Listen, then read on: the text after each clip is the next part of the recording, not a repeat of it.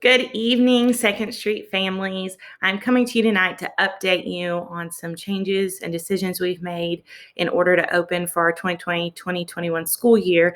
The school board came together earlier this week and made some decisions, and since then we have creating more details for you and answering some questions that you all have been asking. So tonight we're going to go over your frequently asked questions, top 20, and discuss a few more things in detail. And then, of course, if you have any more, we will continue to add to this document. So we are going to get to it. Remember that you can find all of this information on our school COVID webpage. You can get there by going to bit.ly/SSS-COVID. You can see here in the background that the last thing that has been posted was the board statement, as well as the document that was approved from the board. And then below, we continue to have our options posted, as well as the video on directions and the survey. So we will post the frequently asked questions here as well, so you can go back and view them at any time. So let's get to our top 20 most frequently asked questions. Question number 1, what are the learning options at Second Street School, and do I get to pick what option my kid chooses for the next year? And the answer to that is yes. Families had the option to choose between these two, which is why we sent out that survey for your decision. The first option was a traditional in-person option where school will resume as normal under these new circumstances as possible. We will be following Healthy at School guidelines provided by our governor, and that involves social distancing, mask wearing, and increased sanitation, and reduced of large groups. So we are following all those guidelines to provide a 5-day-a-week in-person option for students. The second option was a distant at-home learning option, and this will be virtual for students. And what we are looking into is providing a curriculum for K through 4 that they will follow virtually. 5th through 8th graders will use Summit from home. Question 2 leads into that a little bit, and just what does this look like for my student? So just as we mentioned, there will be a curriculum, an online curriculum that your student will follow. It will not be what you experience in NTI where teachers were posting possibly a digital worksheet or a video or something like that, The K through 4 curriculum will be a program where they log in and their time is self-paced, and they have different activities that they will have to complete and content to learn. 5th through 8th grade will be using the Summit platform as their curriculum for this time. Teachers will be available through designated office hours. Remember, our teachers will be at school teaching a full day in person, so we are finding those office hours in order to help the students going virtual. We will also have some other adults in the building that will be helping answering questions throughout the day when those teachers are teaching. So that is what it will look like if you chose the distance learning option. Question number 3, will my student still receive special education services if he or she is in distance at home online learning? Yes, 100%. That definitely is happening.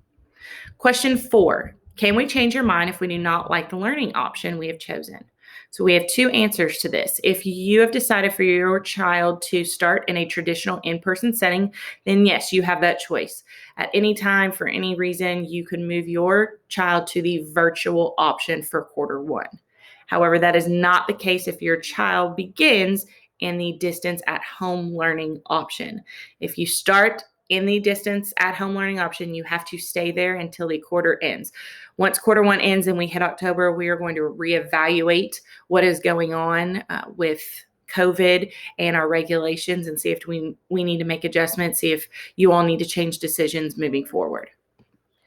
Question number 5, what will extension classes look like during this?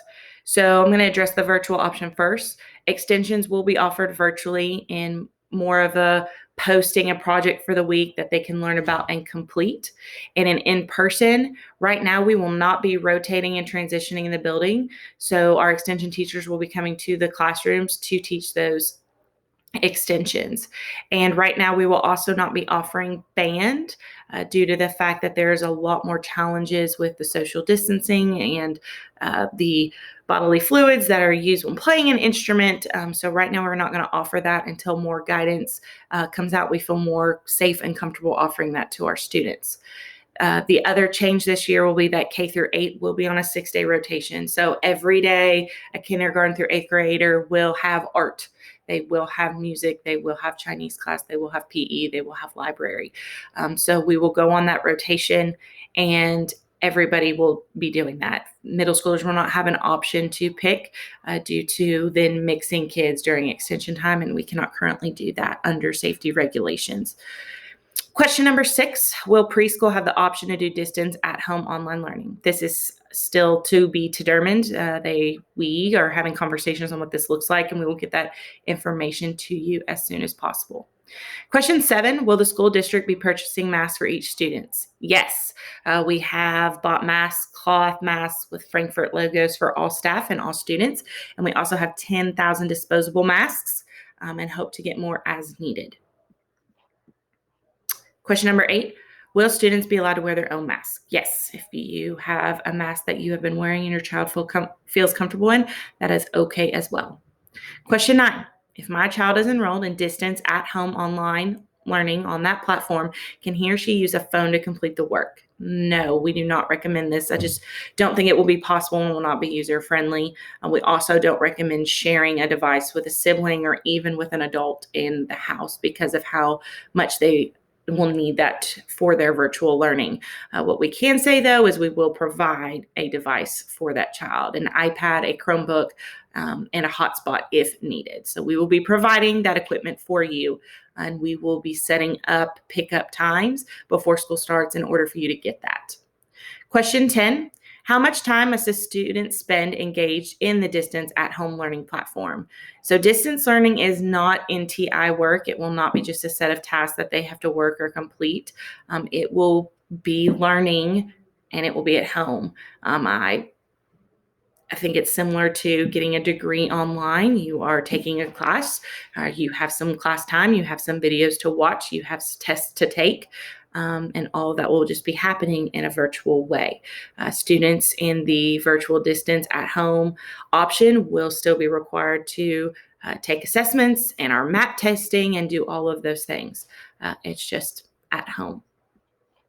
Question 11, if a student is enrolled in the distance at home learning platform, will he or she have access to a teacher? Yes. During specific office hours, our teachers will be teaching in person all day. So during certain hours, we will designate as office hours, and you'll be able to reach out to them. They will be reaching out to you. We will also be using other adults in the building to have office hours, so you can access some of us during the day as well if you have questions. Number 12, my child has respiratory issues. Will they be required to wear a mask while at school? Masks will be required of all students 1st through 12th grade unless exempt with a doctor's statement. We are still exploring what that looks like, that if exempt, will face shields be required? And we are not 100% sure on that answer just yet. We know that masks will be required if we cannot follow the social distancing guidelines unless a doctor's statement is provided. Number 13, will preschool services be provided? Yes, preschool will be in session. And like I said earlier, we're still determining if an online preschool option will be available. Number 14, if my child comes to school in a traditional manner in person, will he or she have to wear a mask all day? This is a crucial question for the survey in which you answer. That is why we needed these numbers in order to provide you this answer. Right now, we are still missing 51 answers from our family, so I cannot give you a definite answer. However, I can tell you that students in grades 1st through 12th will be required to wear a mask anytime they are moving around the building, or if they cannot maintain that 6 feet distance between another person. If students are seated in a classroom and are 6 feet apart, then they will be allowed to pull their mask down. And I cannot tell you for sure what that looks like in every classroom until everyone has completed their decision on how their child will learn. Number 15, are students allowed to wear a face shield instead of a face mask? I briefly touched on this earlier, but no, the guidance from the Department of Public Health states that the risk of passing respiratory particles from one person to another is not adequately reduced while wearing a face shield. So unless you have a medical exemption, then maybe face shields will be required at that point. But right now you cannot just opt for a face shield. Now you are more than welcome to wear a mask and a face shield if you want that extra layer of protection, but that is also not required. Question number 16, will there be an instructional video for parents to learn more about the Distance at Home Learning platform? Yes, we'll actually have a virtual open house, and we might have to do that for all families because we can't really bring in every family, even the traditional ones, into the building. But we will have a virtual open house, and we will have several information sessions explaining what distance learning looks like once the curriculum has been approved, and we will walk you through what that platform looks like, how to access it. So yes, that information is still coming. Question 17, will my child have recess if they come to school in the traditional manner? Yes, we still plan on having recess. Kindergarten through 5th grade will have a traditional recess with staggered times, and 6th through 8th will have mass breaks if necessary. Question 18, will my child still receive school breakfast and lunch if they're enrolled in the Distance at Home learning option? Yes. The only thing there will be that you will have to order your food through the school, and then it will have to be picked up. So we will not be able to deliver it to the home due to the fact that our wonderful cafeteria workers will be making food for those in session. So you'll be ordering and picking up your food. If your child attends 2nd Street, you will order and pick up through them. If your child attends the high school, then you will order and pick up through FHS. Question 19. Can my child participate in school sports and extracurricular activities if they are enrolled in the Distance at Home learning platform? Yes. However, at this time, 2nd Street School will not be offering our academic extracurricular activities. That includes different clubs we offer after school, academic team, coding club, those type of things. We are not ready to roll that out. We are hoping come 2nd quarter, or if things change, then we will begin to do that. However, once kids are out of the building and at dismissal, then they will not be allowed in, so we can begin cleaning for the next day. And there's still information coming out about sports and the different level of practice and what has been approved and what is not, and if seasons are still a go for this year. So that is a separate question. Question 19 does not include sports. These are all the other school activities outside of sports. And question 20, the last question on our frequently asked question list as of now. Question 20 is, will my child receive the same quality of education if they are enrolled at the Distance at Home learning platform as they would if they attend school in the traditional manner? The Distance Learning at Home platform is aligned to Kentucky academic standards and is user-friendly, but there's no replacement for a caring classroom teacher who builds a relationship with your child. The reason we are providing a Distance at Home learning option is purely due to the health and safety concerns surrounding COVID-19. So we are going to do our best to make that Distance at Home learning option wonderful for your child, but knowing that there is no replacement for what happens in a school building. So be patient with us and know that we are trying our best to make that option as wonderful of an experience as those coming back in the building as well. So these are our top 20 frequently asked questions. I'm going to jump over to another document that explains some of these things a little more in detail. So these are a few things that I wanted to continue to discuss. The first topic is our traditional learning and that in person. We touched on this a little bit in looking at capacity. So all of our rooms have a certain capacity that would allow a student to sit at a desk 6 feet from another student, and then that would allow them to not wear a mask. Of course, if we reach that capacity or go over capacity in that room, then all of those kids would have to wear a mask while learning. Right now, we have a total of 352 students coming back in the traditional in-person option that have chosen that option. And right now, we are still missing 51 responses.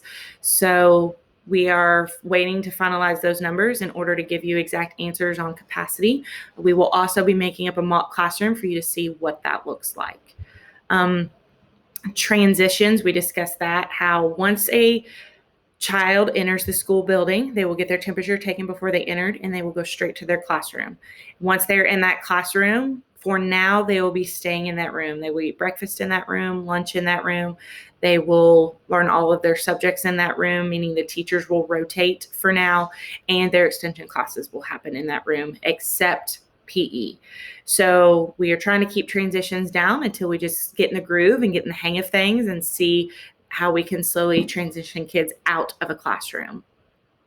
So once again, those final numbers will come through, and I will be able to give you more of that final capacity on what that looks like for your student when it comes to wearing a mask all day or not. At this point, though, if you feel that you could always make the change from traditional to virtual, but once you're kind of set in virtual, after tomorrow, you are set. So remember that final decisions are tomorrow, knowing that if you did pick traditional, you do have an option to switch. The next topic is that distance learning. We did discuss the curriculum being offered. K through 4 will have a curriculum, but that curriculum will have to be site-based approved first, and that should go to site-based next week for approval. And then we will be providing those informative videos for you to see exactly what that looks like for your students. We talked about extensions and that there will be virtual options available. 5 through 8 will be doing the Summit platform. And both options for K through 4, 5 through 8 will have office hours in order to ask questions, provide some guidance, get some clarification on some things through your teacher. And remember, this is not NTI.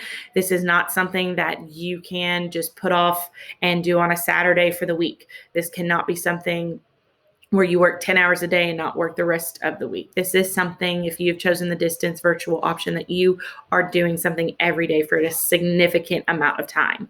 NTI was intended for a few snow days. It was not intended for weeks, months, and even a year long of learning. And right now we have 189 students who have chosen the distance learning. Remember that we still need 51 responses from our families. The extracurriculars offered, we addressed this, but going over it again, the academic extracurricular opportunities are not available right now at 2nd Street for quarter 1. We are going to reevaluate throughout the quarter and reevaluate at the end of the quarter. This does not include sports. We're still waiting to hear final word on what that looks like. The next piece on here is the staggered start. You saw this on our original document, and I wanted to let you know exactly what that means and what we are proposing, so you have a heads up. So the board passed that our start date is August 3rd. So what 2nd Street is going to then recommend to our site-based to get approved would be to have a staggered start to slowly bring kids back in the building. We have 352 coming back into the building right now, and we want to break that up into halves or even thirds. So what that would look like is we would bring half of the students back on August 3rd, or maybe even a third of those students on August 3rd.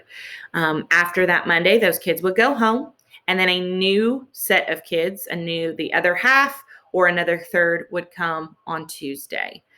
Depending on how numbers shake up, we might do that another day on Wednesday and have that final third of kids, or we might just half it and be done with that on Tuesday. What that would look like is then possibly having all kids in the building Wednesday, or all kids would be in the building Thursday, kindergarten through 8th grade. This would allow us to see the time it's going to take temperatures to get in the building. This reduces class sizes even more for the teacher to emphasize the importance of the new safety protocols and how just learning is going to work. And just allows us to give us time to really work with those students in a small group before just bringing in all of these learners. Then what we would also like to do is then request that August 7th become a teacher work day, and no students would come that day. This would allow us to make changes. So if anything needed to be changed due to anything we saw that week, if tweaks need to be made to the schedule or transition or rotations or whatever that looks like, that gives teachers a full day to make those adjustments for your students, because come August 10th on Monday, everyone's then in the building, preschool through 8th grade, and we have to be ready to go, and all changes need to be made if necessary. So that is what we are proposing, that some kids come those first few days, and then all kids would be in the building. So the district has approved an August 3rd start date, but maybe not all kids actually start on August 3rd. I'm sure you're wondering at this point is, how do I know what group my kid is in? And if this gets approved, then that is the information we will get to you also once these numbers are decided. That is why it is so crucial that you make a decision if you are choosing traditional or virtual for your student, in order for us to complete some of these final details. Those numbers are a huge piece. The next piece that has been asked is, What if my student comes back to the traditional setting and just blatantly refuses to follow any of the safety protocols and mandates? SBDM will be approving a behavior plan around these new safety mandates and what that looks like. That could range from a warning. If a kid just continuously maybe wears their mask inappropriately under their nose or something like that, that would just be a kind, just remember to wear your mask appropriately, and we're going to teach them how to wear them appropriately. But if it becomes an issue where it escalates and it becomes a more intense behavior issue, then a final consequence could be transitioning that student to virtual, because it then becomes a safety and health issue for the other students in our building as well as our staff. So none of that has been approved, but SBDM will be looking at those options and approving that next week, and then we will provide that guidance to you when it does. The last thing I want to discuss is retention. We know how the last year ended, and the state looked at grading very differently that fourth quarter. As you know, we averaged those 3 quarters together to get your fourth grade or your fourth quarter grade. With all of the uncertainties of COVID, we did not think it was fair to hold any kids back with these circumstances. However, now that we are providing 2 full options, and you are very well aware of those options and what they entail, and both of them will be challenging and meet the needs we need academically, your participation and completion of either your traditional pathway or your virtual option is crucial. We do not want students to lose any more time of quality instruction. So if this becomes an option or an issue, then we will be discussing retention going into the next school year. So hopefully that will not. Let's just everybody participate and do our work, and that will be wonderful. So these are some of the other topics that we had that I felt like needed to go a little more in depth. So just to review, I will be posting the frequently asked questions on our COVID website for you to review at any time. And then I will continue to add to those if any pop up. But right now we have those top 20, so please feel free to visit. Again, we went over to some things more in depth. Again, we have 352 students that have chosen traditional that will be back in the building, and we have 189 that have chosen distance, and we're still waiting on 51 at the moment. And if you are not currently enrolled and do live in our district, please reach out to us so we know that you are coming and we know what learning option you are choosing. So that is all I have for tonight. Please remember to visit our website. I know that we have a lot of information coming that has already been given to you, a lot of information tonight, and a lot of information that is ahead of you. Just know that the teachers and staff are working so hard to prepare this year for your child in both the traditional and virtual sense. We miss you all. We miss seeing your faces, and we are excited to get back to whatever this new normal is. We're excited to see our children. That's what we call them. They're our babies too when they're in that building. And we are ready to work with you to create a community that wraps our arms around these students and provides the best education we can while also keeping them and their family safe during this time. So thank you so much for your time tonight. I realize this video was a little long, but I definitely wanted to take the time to explain some of this. Remember, if you have any questions at all, please feel free to email me, comment, call the school, and we will get back to you with those answers. If for some reason this video has now changed your mind to your original option that you chose, fill out the survey again, and I will take your most updated response as that option, and we'll change that number total, and it will also change that option for your kids. So if you feel differently, go ahead and start filling out that survey, and I will take the most recent. If you haven't filled it out yet, please do so. So thank you again so much for your time, and once again, I will see you soon. Have a wonderful night.